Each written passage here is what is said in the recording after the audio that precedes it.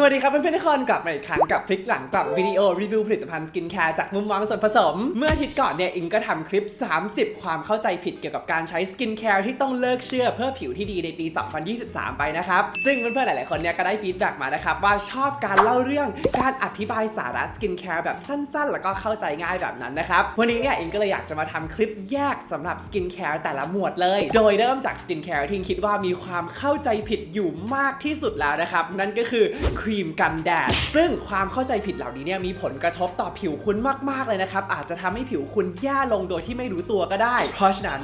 Are you ready to do this ภารกิจแห่งจักรวาลถ้าพร้อมแล้วไปดู8ความผิดพลาดการใช้กันแดดที่ต้องแก้ไขก่อนสายเกินไปกัน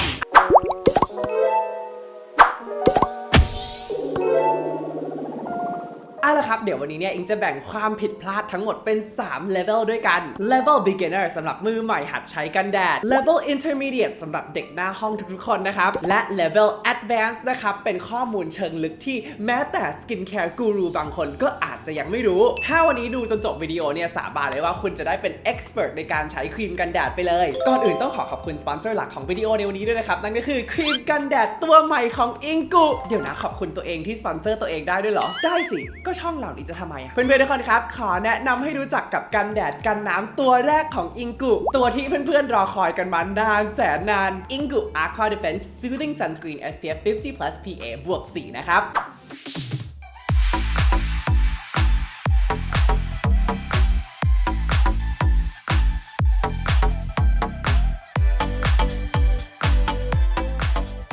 เป็นกันแดดที่ใช้ฟิลเตอร์ใหม่ล่าสุดเจ้าแรกในไทยนะครับแล้วก็มีประสิทธิภาพสูงมากโดยที่เนื้อสัมผัสบางเบาซึมไวแบบไม่ต้องกลัวไหลเลยนะครับวางขายแล้วตอนนี้เลยเดี๋ยววันนี้เนี่ยเองก็จะขออนุญาตใช้กันแดดตัวนี้นะครับเป็น case study ตลอดทั้งวิดีโอแล้วกันเพื่อนๆทุกคนจะได้รู้จักกับน้องคนใหม่คนเก่งคนนี้มากขึ้นด้วยนะครับเอาละครับมาวอร์มอัพกันก่อนละกันเริ่มจากความผิดพลาดพื้นฐานของการใช้กันแดดกันก่อนความผิดพลาดอย่างแรกเลยนะครับคือการไม่ทาครีมกันแดดเห็นปุ่มตรงนี้ไหมครับปุ่มแบ็คนะครับถ้าคนไม่คิดจะทากันแดดเนี่ยแนะนำว่าให้กดปุ่มนี้ไปเลยนะครับเพราะช่องพลิกหลังกล่องคือลัทธิ SPF นอกจากถ้าคุณหมอจะวินิจฉัยผิวของคุณและสั่งคุณเองเลยนะครับว่าห้ามใช้กันแดดในช่วงนี้เนี่ยมันไม่มีเหตุผลอะไรเลยที่คุณจะไม่ทากันแดดฟังให้ดีนะครับมากถึง 80% ของริ้วรอยบนหน้าของเราเนี่ยมันเกิดจากแสง UV จุดด่างดำฝ้ากระความค้ำการอักเสบผิวหนังเกราะป้องกันผิวไม่แข็งแรงสิวมะเร็งผิวหนังทั้งหมดนี้เนี่ยมาจากซิสพลัสสุริยเทพพระอาทิตย์คนเก่งคนเดิมคนนี้ทั้งนั้นเพราะฉะนั้นถ้าคุณจะใช้สกินแคร์หรือว่าคุณจะเข้าคลินิกแต่ว่าไม่คิดจะทากันแดดเนี่ยมันก็เหมือนกับการพายเรือบนเรือที่มันมีรูอยู่ด้านล่างเลโอนาร์โด ดิแคปริโอก็ช่วยคุณไม่ได้เข้าใจไหมไปกันต่อที่ความผิดพลาดที่2นะครับการทากันแดดในปริมาณที่น้อยเกินไปไหนกันแดดต้องทาในปริมาณเท่าไหร่ก็2นิ้วขอ2ข้อนิ้วข้อ2ข้อคิ้วงอถูกทุกข้อใครตอบงอตีมือแล้วนะคำตอบก็คือ2ข้อนิ้วหรือว่า1/4 ช้อนชานะครับถามว่าตัวเลขนี้มันมาจากไหนเรากำลังหลอกให้คุณใช้กันแดดเยอะๆจะได้หมดเร็วๆแล้วก็มาซื้อซ้ำหรือเปล่า Listen เวลาที่เราคำนวณค่า SPF กับค่า PA ของกันแดดตัวหนึ่งเนี่ยเราเทกันแดดในปริมาณ2 mg per centimeter square ลงบนผิวหรือว่าถ้าใช้ค่าเฉลี่ยของขนาดหน้ามนุษย์1คนเนี่ยก็จะตกเป็นปริมาณ1/4 ช้อนชาสำหรับหน้าอย่างในอิงกุตัวนี้เนี่ยก็ใช้วิธีการคำนวณแบบเดียวกันเลยนะครับโดยค่าที่ออกมานี่คือ SPF 50 บวกแล้วก็ PA บวก 4 แปลว่ากัน UVB ได้ 98% แล้วก็ UVA ได้ 94% นะครับเป็นค่าการป้องกันที่สูงที่สุดในตลาดณปัจจุบันแล้วแต่ถ้าคุณทาไม่ถึง1/4 ช้อนชาปุ๊บเนี่ยคุณอาจจะไม่ได้ค่า SPF และค่า PA นี้ถ้าเกิดคุณคิดว่าคุณมีหน้าเล็กกว่าคนทั่วไปเนี่ยก็ยินดีด้วยนะครับอิจฉานะครับคุณก็อาจจะใช้น้อยกว่า1/4 ช้อนชาได้ในทางกลับกันถ้าเกิดคุณมีหน้าที่ใหญ่กว่าคนทั่วไปเนี่ยก็ควรจะใช้เยอะกว่านะครับเพราะว่า1/4 ช้อนชามันคำนวณจากขนาดเฉลี่ยของผิวหน้ามนุษย์ทั่วไปเท่านั้นถามว่าคุณจะรู้ได้ไงว่าคุณหน้าใหญ่หรือว่าหน้าเล็กเอาตรงๆเนี่ยลองถามหมอดูหรือว่าหมอโง่เฮงดูก็ได้นะครับน่าจะเป็นวิธีที่ง่ายที่สุดแล้วแหละแต่ส่วนตัวเนี่ยอิงก็จะแนะนำว่าให้คุณทาแบบดุดันไม่ต้องเกรงใจใครเอาไว้ก่อนนะครับเมื่อมาถึงกันแดดเนี่ย less is not more นะครับ more is more เอาล่ะครับมาดูความผิดพลาดระดับ intermediate กันบ้างดีกว่าอย่างแรกนะครับคือการเลือกประเภทของกันแดดที่ไม่เหมาะกับสภาพผิวของตัวเองไหนกันแดดแบ่งออกได้เป็นกี่ประเภทครับเด็กหน้าห้องทุกคนตอบพร้อมๆกันให้ชื่นใจหน่อย74 72นะครับ สมพงษ์อย่าให้ครูต้องเรียกผู้ปกครองมานะแบบ chemical หรือว่า organic นะครับแล้วก็แบบ mineral physical หรือว่า inorganic แบบ chemical เนี่ยจะใช้ฟิลเตอร์เคมีนะครับมีทั้งรุ่นใหม่แล้วก็รุ่นเก่าข้อดีก็คือใช้แล้วไม่ขาววอกนะครับแต่ข้อเสียก็คือฟิลเตอร์รุ่นเก่าบางตัวเนี่ยคนใช้แล้วแสบบ้างระคายเคืองบ้างแพ้บ้างในขณะที่แบบ mineral physical หรือว่า inorganic เนี่ยชื่อมันจะเยอะขนาดนี้ไปเพื่อเขาจะใช้ฟิลเตอร์แบบแร่นะครับมาจากซิงค์ออกไซด์หรือว่าไทเทเนียมไดออกไซด์ข้อดีคืออ่อนโยนมากๆนะครับแต่ว่าข้อเสียก็คือขาววอกสุดๆไม่เหมาะกับคนที่มีผิวสีเข้มเพราะฉะนั้นคำแนะนำหลักๆเลยในการเลือกครีมกันแดดเนี่ยก็คือใครที่มีผิวสีเข้มให้เลือกกันแดดแบบเคมีคอลแต่ใครที่มีผิวระคายเคืองง่ายให้เลือกกันแดดแบบมิเนอรัลแต่คุณอิงหนูไม่อยากเลือกเลยอะหนูอยากได้กันแดดที่แบบเหมาะกับทุกสีผิวแล้วก็อ่อนโยนด้วยอะไม่ได้หรอคะแหมคำถามแบบหน้าม้าสุดๆไปเลยนะครับได้สิครับและคำตอบก็บังเอิญอยู่ในตัวนี้พอดีเลยนะครับตัว Ingu Aqua Defense Soothing Sunscreen เพราะว่าเขาเป็นกันแดดแบบไฮบริดนะครับนี่คือกันแดดที่ผสานข้อดีของกันแดดเคมีคอลกับมิเนอรัลเข้าด้วยกันโดยที่เลี่ยงข้อเสียของทั้งคู่เลยสิ่งที่อิงภูมิใจนำเสนอมากๆเลยนะครับก็คือ Filter Hybrid รุ่นใหม่ล่าสุดที่เท่าที่อิงทราบเนี่ยตอนนี้ยังไม่มีแบรนด์ไทยไหนใช้เลยนะครับเพราะว่ามันใหม่แล้วก็แพงมากนั่นก็คือ Tenasorb A2B นะครับเป็นฟิลเตอร์ที่กันแสง UVB บวก UVA 2 ที่มีประสิทธิภาพสูงที่สุดที่เรามีณปัจจุบันแล้วเป็นความท้าทายสำหรับโรงงานแล้วก็ R&D มากๆเลยนะครับเพราะว่ามันใหม่มากยังไม่มีใครเคยใช้เลยนะครับเพราะว่ามันใหม่มากๆมาแบบสดๆร้อนๆจากเยอรมันเลยต้องใช้เวลาในการศึกษาแล้วก็การขึ้นสูตรอยู่สักพักใหญ่ๆเลยสูตรนี้แก้หลายครั้งมากเลยนะครับน่าจะเป็น10 ครั้งเลยแต่ว่าสุดท้ายก็ภูมิใจมากๆเลยนะครับที่ทำออกมาได้อยากให้เพื่อนๆทุกคนลองมากเพราะนอกจากนั้นเนี่ยอิงใส่มาคู่กับฟิลเตอร์เคมีรุ่นใหม่ทั้งนั้นเลยนะครับไม่ว่าจะเป็น Tenasorb S Uvinol A+ นะครับแล้วก็ Uvinol T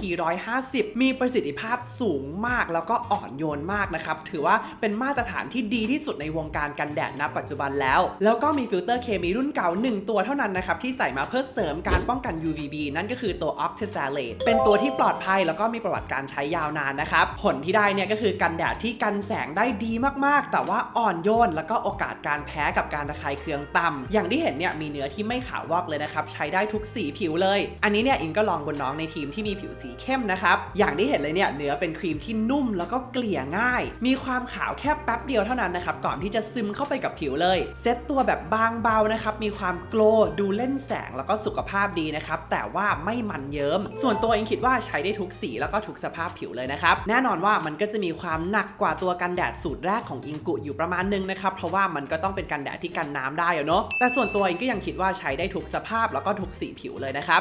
ข้อผิดพลาดระดับ intermediate อย่างที่2นะครับนั่นก็คือการใช้กันแดดที่ไม่เหมาะสมสำหรับกิจกรรมที่ทำนักวิจัยจากที่ศิริราชมหิดลแล้วก็จุฬาเนี่ยเขาก็ทำวิจัยมานะครับแล้วก็พบว่าถ้าเกิดเราอยู่เฉยๆในออฟฟิศเนี่ยกันแดดที่เราทาจะเสื่อมสภาพประมาณ 16% หลังจาก2ชั่วโมง 23% หลังจาก3ชั่วโมงแล้วก็ 30% หลังจาก8ชั่วโมงเป็นงานวิจัยที่น่าสนใจมากๆเลยนะครับซึ่งถ้าเกิดอิงลองคำนวณแบบเร็วๆเนี่ยแปลว่าถ้าเกิดตอนเช้าเราใช้กันแดดที่มี SPF 50 นะครับตอนเย็นเนี่ยเราก็ยังเหลือ SPF ประมาณ35ถ้าเริ่มวันด้วยกันแดด SPF 35เนี่ยตอนจบของวันเราก็เหลือประมาณ SPF 21นะครับเพราะฉะนั้นเนี่ยจากตัวเลขตัวนี้เนี่ยถ้าเกิดวันไหนอิงอยู่ในออฟฟิศทั้งวันนะครับไม่ได้เจอแดดแล้วก็อยู่แต่ในห้องแอร์เนี่ยอิงก็จะใช้แค่กันแดดตัว Super Light Soothing Sunscreen แบบไม่กันน้ำนะครับแล้วก็อาจจะไม่ค่อยได้ reapply เหมือนกันด้วยแต่เมื่อไหร่ที่เราเหงื่อออกโดนน้ำหรือว่าทำกิจกรรมต่างๆที่มีการขยับเยอะเนี่ยมันจะเป็นอีกเรื่องราวหนึ่งโดยสิ้นเชิงเลยนะครับวิจัยชี้ว่าการป้องกันของกันแดดเนี่ยลดลงแบบเร็วขึ้นเยอะมากเพราะว่าฟิล์มกันแดดที่มันเคลือบผิวของเราอยู่เนี่ยเคลื่อนสลายตัวนะครับแล้วก็หลุดออกเพราะฉะนั้นเนี่ยวันไหนที่พี่อูนชวนไปเยาวราชหรือว่าวันไหนที่อิงต้องแอบมานั่งวินมอเตอร์ไซค์เนี่ยอิงก็จำเป็นที่จะต้องเปลี่ยนมาเป็นสูตร Aqua Defense สูตรนี้นะครับเพราะว่ามันเป็นสูตรที่เราใช้วิธีการผสมแบบพิเศษนะครับ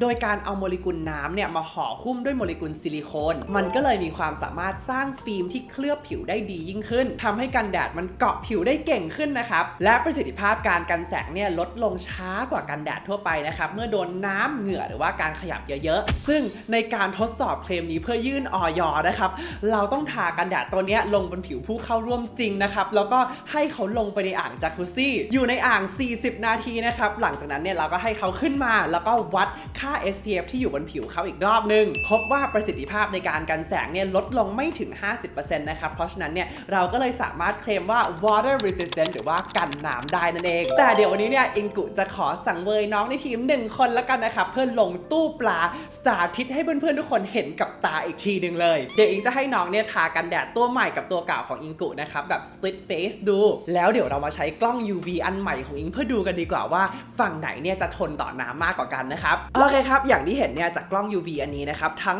2ฝั่งของหน้าก็จะมีกันแดดทาแบบทั่วแล้วสังเกตได้จากสีเข้มที่กล้องมันดีเทคขึ้นมานะครับน้องการ์ตูน Y2K ไม่ไหวหรอกต่อไปเนี่ยเราจะรอให้ครบ20 นาทีนะครับให้กันแดดมันได้เซตตัวก่อนแล้วก็เตรียมตัวลงบ่อปลาบุ๋งๆกันได้เลยนะครับขอ1 นาทีนะโอ้โหคุณนี่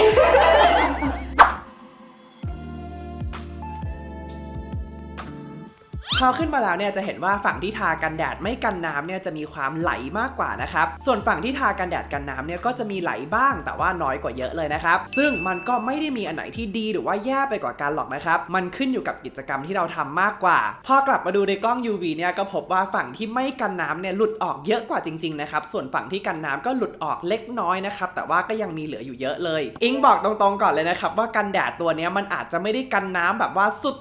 สุดๆนะครับเพราะเจตนาของอิงเนี่ยคืออยากให้มันเป็นกันแดดที่ใช้ได้ในชีวิตประจำวันอยู่ส่วนตัวเนี่ยอิงตีเทนนิสกับตีกอล์ฟเนี่ยก็ยังโอเคอยู่นะครับแต่ว่าใครที่ดำน้ำเล่นกีฬาเอ็กซ์ตรีมเนี่ยก็อย่าเพิ่งคาดหวังสูงมากเกินไปนะครับอิงบอกตรงๆเลยเอาละครับพร้อมไหมสำหรับคลาส Advanced Class หัวกะทินะครับความผิดพลาดแรกที่แม้แต่ Expert ในการใช้กันแดดก็ยังตกม้าตายกันไม่รู้กี่คนแล้วเนี่ยก็คือการพึ่งแต่ฟิลเตอร์กันแดดในการปกป้องผิวจากแสง UV เชื่อไหมว่าวิจัยพบว่าจำนวนคนใช้กันแดดยิ่งเพิ่มสูงขึ้นเท่าไหร่เนี่ยโอกาสพบจำนวนคนที่ผิวไม่แดดก็ยิ่งเพิ่มสูงขึ้นเช่นกันฮะพูดใหม่ดิ you heard me นักวิจัยสรุปได้ว่าคนที่ทากันแดดเนี่ยมักมี perception ว่าตัวเองเป็นอมตะเป็นลูกพระเจ้าตากขั้นหนึ่งนะครับตกน้ำไม่ไหลตกไฟไม่ไหม้สามารถอยู่ในแดดได้นานขึ้นเอาจริงๆอิงเองก็เป็นนะวันไหนทากันแดดเยอะๆก็จะมั่นหน้ามากๆเลยนะครับไปทะเลก็เชิดใส่พระอาทิตย์เลยแน่จริงก็มาดิเย่ไม่กล้าดิแด่ซึ่งผลที่ตามมาก็คือผิวไหม้แดดเหมือนเดิมจ้าเพราะอย่าลืมว่า SPF กับ PA เนี่ยมันไม่ได้กันแดดได้ 100% นะครับยังไม่รวมว่าบางคนทาไม่ครบจุดนะครับแล้วก็ไม่ได้รีแอพพลายระหว่างวันด้วยเพราะฉะนั้นการป้องกันผิวจากแสงแดดที่ดีที่สุดนะครับคือการเลี่ยงแดดการใช้อุปกรณ์เสริมไม่ว่าจะเป็นร่มหมวกเครื่องแต่งกายหรือว่าการหากันแดดที่มีส่วนผสมเสริมอื่นๆนอกเหนือจากฟิลเตอร์กันแดดด้วยอย่างใน Aqua Defense Soothing Sunscreen ตัวนี้เราก็มีตัว Lipo Shield HEV Melanin มาให้ 0.2% ด้วยนะครับตัวเดียวกันกับในสูตรอิงกุปกติเลยนะครับสามารถช่วยปกป้องผิวจากแสงสีฟ้าที่มาจากพระอาทิตย์ได้ลดโอกาสที่จะเกิดจุดด่างดำแล้วก็ผิวคล้ำในคนที่มีผิวสีเข้มนะครับแล้วก็มี Encapsulated Cica หรือว่าสารสกัดจากใบบัวบกเหมือนกันนะครับเป็นตัวที่นำไปกักเก็บในลูกบอลไขมันนะครับเพื่อที่มันจะได้ซึมเข้าผิวได้ดียิ่งขึ้นอิงเลือกเพราะว่าเป็นคนไทยที่สกัดแล้วก็วิจัยเองเลยเห็นผลดีมากๆเลยนะครับในการต้านอนุมูลอิสระแล้วก็ช่วยปกป้องผิวจากความเสียหายเพิ่มเติมที่มาจากแสง UV ความผิดพลาดต่อไปนะครับคือการผสมกันแดดกับเมคอัพหรือว่าสกินแคร์อื่นๆเป็นสิ่งที่ไม่ควรทำอย่างยิ่งเลยนะครับเพราะว่ามันจะทำให้เนื้อกันแดดเนี่ยไม่สามารถเซตตัวแล้วก็สร้างฟิล์มบนผิวได้พูดง่ายๆว่าทำให้ป้องกันแดดไม่ได้นั่นเองบางทีเนี่ยเราผสมแล้วก็ทาอะไรลงไปเนี่ยมันก็ดูไม่ออกหรอกแต่ว่าเมื่อใดที่เราซูมเข้าไปดูเป็นระดับโมเลกุลเลยเนี่ยเราจะเห็นน้องเท้าสเอลแล้วก็เบะปากใส่เราอยู่นะครับเพราะฉะนั้นเนี่ยวิธีทากันแดดที่ถูกต้องก็คือลงเป็นขั้นตอนสุดท้ายของ Skin Care Routine รอประมาณ 15-20 นาทีให้น้องเซตตัวก่อนนะครับแล้วค่อยลงพวกแป้งหรือว่าเมคอัพต่อได้ข้อผิดพลาดต่อไปอันนี้เนี่ยหลายคนทำอยู่นะครับสารภาพมาซะดีๆนั่นก็คือการเทกันแดดใส่บรรจุภัณฑ์อื่นๆเคมีในฟิลเตอร์กันแดดเนี่ยมันสามารถเกิดปฏิกิริยากับพลาสติกหลายประเภทได้แบบคาดเดาได้ค่อนข้างยากนะครับเวลาที่เราสรรหาบรรจุภัณฑ์ให้กับน้องกันแดดเนี่ยมันต้องใช้ความคิดแล้วก็ใช้เวลาค่อนข้างนานเลยนะครับและเราต้องทำสิ่งที่เราเรียกว่า compatibility test นั่นก็คือการเอาเนื้อใส่หลอดนี่แหละแล้วก็เอาเข้าตู้อบนะครับเพื่อดูว่ามันจะเกิดปฏิกิริยาอะไรกับพลาสติกหรือเปล่าเพราะฉะนั้นอย่าหาทำนะครับของอิงกุเนี่ยเราก็เลือกใช้หลอด post consumer recycle หรือว่า PCR นะครับเป็นพลาสติกรีไซเคิล 30% เหมือนเดิมแต่ว่าชั้นในที่สุดของหลอดเนี่ยที่มันสัมผัสกับตัวเนื้อกันแดดนะครับเป็น virgin coax หรือว่าพลาสติกใหม่นะครับซึ่งมันเป็นคอมโบที่เราค้นพบแล้วนะครับว่ามันเวิร์กสำหรับสูตรนี้สะอาดปลอดภัยแล้วก็รักโลกที่สุดด้วยนะครับตอบโจทย์กับค่านิยมองค์กรของเราที่อยากจะลดขยะให้ได้มากที่สุดเดี๋ยว แถมให้อีกอันนึงแล้วกันนะครับข้อผิดพลาดสุดท้ายที่หลายๆคนชอบทำโดยที่ไม่รู้ตัวเนี่ย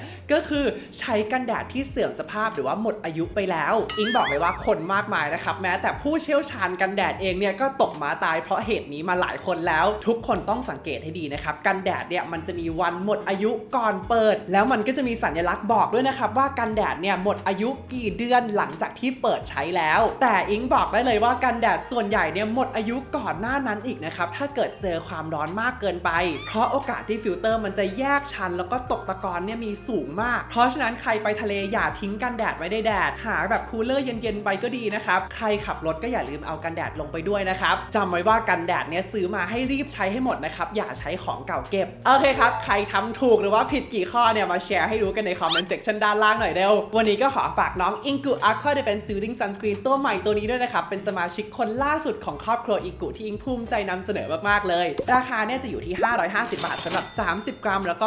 950 บาทสำหรับ70 กรัมนะครับเป็นราคาที่คุ้มที่สุดที่อิงสามารถให้กันแดด2ตัวนี้ได้แล้วจริงๆเพราะฟิลเตอร์ตัวใหม่ๆบอกเลยว่าแพงมากๆจริงๆบอกตรงๆเลยนะครับว่าช่วงเนี้ยมีหลายโปรเจกต์ที่คิดหนักมากนะครับแล้วก็มีหลายอันที่ล้มเลิกไปแล้วด้วยอย่างเช่นกันแดดสำหรับตัวนะครับเพราะว่าเคมีที่อยากใช้มันดีมากๆนะครับแต่ว่าราคามันแพงมากทำให้อิงไม่สามารถขายมันได้ในราคาที่อยากขายนะครับแล้วอิงก็ไม่ได้อยากจะลดมาตรฐานหรือว่าคุณภาพของสินค้าด้วยกันแดดกันน้ำสูตรเนี้ยบอกเลยว่าเป็นสินค้าที่ยอมกำไรน้อยเลยนะครับเพราะว่าอยากให้เพื่อนๆทุกคนได้ลองใช้ฟิลเตอร์ที่มันดีๆแบบรุ่นใหม่นะครับแล้วก็เนื้อสัมผัสดีมากๆและอยู่ในแบรนด์ไทยที่ราคาจับต้องได้นะครับไม่ต้องไปใช้แบรนด์นอกที่ราคาสูงแต่เช่นเคยนะครับใครที่มีกันแดดที่ใช้อยู่แล้วชอบอยู่แล้วเนี่ยก็ใช้อันนั้นให้หมดก่อนนะครับไม่ต้องสร้างขยะเพิ่มเติมโดยไม่จำเป็นนะครับส่วนใครที่สนใจกันแดดตัวนี้เนี่ยเดี๋ยวอิงจะใส่ลิงก์ไว้ให้ใน description box ด้านล่างเลยนะครับก็สามารถซื้อได้ผ่านช่องทางทั้งหมดตรงนี้เลยแล้วก็อย่าลืมสมัคร Ingu Skin Club ก่อนด้วยนะครับเราจะได้สะสมคะแนนแล้วก็ไปแลกรับของรางวัลได้ด้วยสำหรับวันนี้ก็ขอบคุณมากๆเลยนะครับที่ให้อิงได้มีโอกาสมาป้ายยาเพื่อนๆทุกคนอีกรอบนึงนะครับแล้วก็ได้มาเป็นส่วนหนึ่งในชีวิตของเพื่อนๆทุกคนนะครับวันนี้ก็ขอลาไปก่อนนะครับบ๊ายบาย